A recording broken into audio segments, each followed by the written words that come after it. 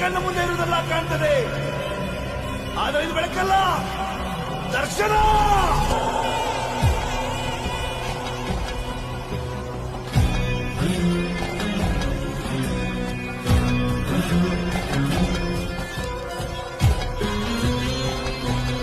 ಕೊಟ್ಟರು ಬೇಡ ತೂಕ ಇಲ್ಲದವನ ಸಂಘ, ತುಪ್ಪ ಕೊಟ್ಟರು ಬೇಡ ತೂಕ ಇಲ್ಲದವನ ಸಂಘ, ಜೇನು ಕೊಟ್ಟರು ಬೇಡ ಅಜ್ಞಾನಿಯ ಸಂಘ.